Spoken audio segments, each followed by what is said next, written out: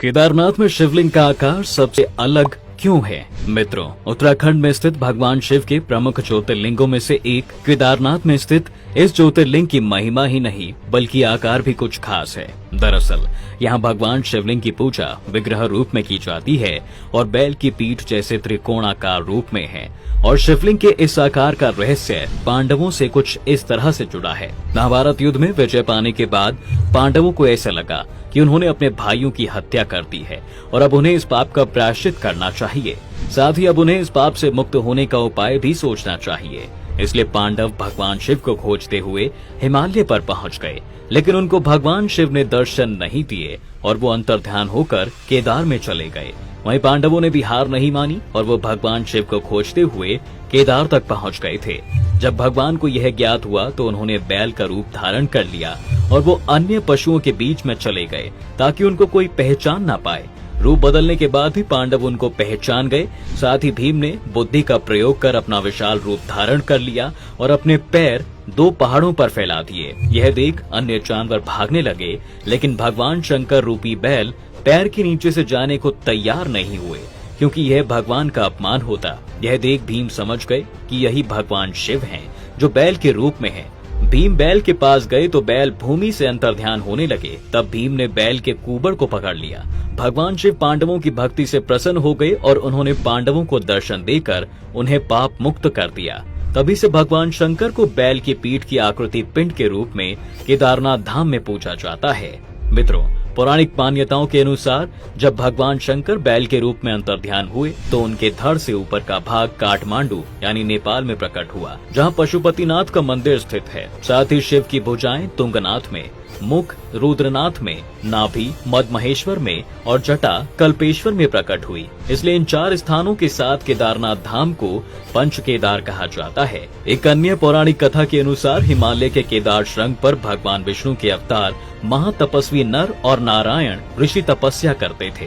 उनकी आराधना से प्रसन्न होकर भगवान शिव प्रकट हुए और ज्योतिर्लिंग के रूप में सदा वास करने का उन्हें वर प्रदान दिया। पत्थरों से बने कत्यूरी शैली से बने इस मंदिर के बारे में कहा जाता है कि इसका निर्माण पांडव वंशी जन्मेजय ने करवाया था। यहाँ स्थित स्वयंभू शिवलिंग अति प्राचीन है। साथ ही आदि शंकराचार्य ने इस मंदिर का जीर्णोद्धार करवाया था।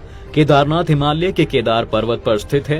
केदारनाथ धाम और मंदिर तीनों तरफ से पहाड़ों से घिरा हुआ है। एक तरफ है करीब 22,000 फुट ऊंचा केदारनाथ, दूसरी तरफ है 21,600 फुट ऊंचा खर्च कुंड और तीसरी तरफ है 22,700 फुट ऊंचा भरत कुंड नाम का पहाड़। वहीं केदारनाथ धाम में 5 नदियों का संगम भी है।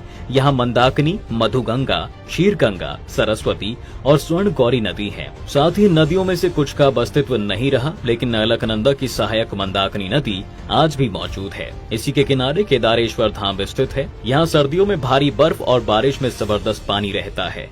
समुद्र तल से केदारनाथ धाम 3584 मीटर की ऊंचाई पर स्थित है। यह मंदिर 6 फीट ऊंचे चौकोर चबूतरे पर बना हुआ है। मंदिर में मुख्य भाग मंडप और गर्भगृह के चारों ओर परिक्रमा पथ है। बाहर प्रांगण में नंदी बैल भगवान शिव के वाहन के रूप में विराजमान है, जिनकी श्रद्धालु पूजा भी करते हैं। दरअसल आपदा के बाद केदार बाबा के धाम की दूरी 3 किलोमीटर बढ़ गई है। पहले यात्रियों को गौरीकुंड के धाम तक पहुंचने के लिए 14 किलोमीटर का पैदल सफर तय करना पड़ता था, लेकिन अब यह दूरी 17 किलोमीटर की हो गई है। कुछ यात्री घोड़े और खच्चर पर बैठकर भी यात्रा करते हैं। यहाँ का मदमहेश्वर मंदिर मदमहेश्वर नदी के स्रोत के पास के इलाके में स्थित है।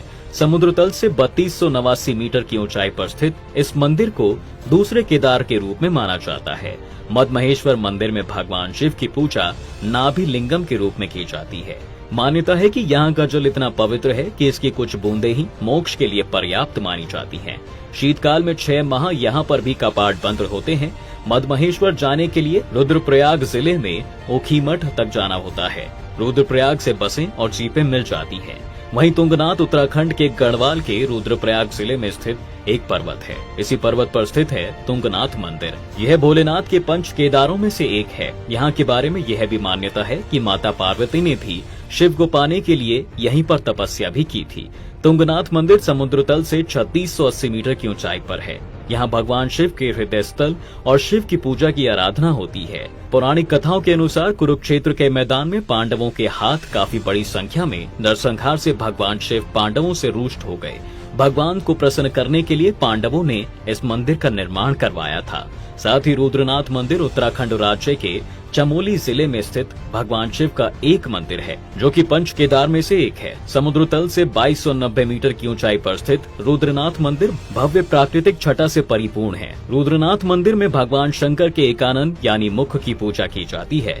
रुद्रनाथ मंदिर के सामने से दिखाई देती नंदा देवी और त्रिशूल की हिमाच्छादित चोटियां यहाँ का आकर्षण बढ़ाती हैं। यहाँ पूजे जाने वाले शिव जी के मुख को नीलकंठ महादेव कहते हैं। बात अगर करें यहाँ के कल्पेश्वर मंदिर की, तो यह गढ़वाल के चमोली जिले उम्रगम घाटी उत्तराखंड भारत में स्थित है। यह मंदिर भगवान शिव को समर्पित एक हिंदू मंदिर है। कल्पेश्वर मंदिर पंच केदारों में से एक है तथा पंच केदारों में इसका 5वां स्थान है, जो समुद्र तल से 2200 मीटर 7217 फीट की ऊंचाई पर बना हुआ है। कल्पेश एकमात्र पंच केदार मंदिर है जहाँ पूरे वर्ष भगवान के कपाट खुले रहते हैं। यह एक छोटा सा मंदिर है जो पत्थर की गुफा में बना हुआ है। ऐसा माना जाता है कि यहाँ भगवान शिव की जटा प्रकट हुई थी। इस मंदिर में भगवान शिव की जटा की पूजा की जाती है। मित्रों, केदारनाथ मंदिर इसलिए भी प्रसिद्ध है क्योंकि वर्ष 2013 में आई भयंकर प्राकृतिक विपदा में जहां केदारनाथ और आसपास की हर चीज नष्ट हो गई थी, वहीं इस मंदिर और मंदिर के अंदर के शिवलिंग को जरा सी भी आंच नहीं आई थी। इस वर्ष 16 जून को इस त्रासदी को 10 वर्ष पूरे हो जाएंगे। वीडियो अगर आपको पसंद आई हो तो हमारे YouTube चैनल डिवाइन टेल्स को सब्सक्राइब करना बिल्कुल ना भूलें।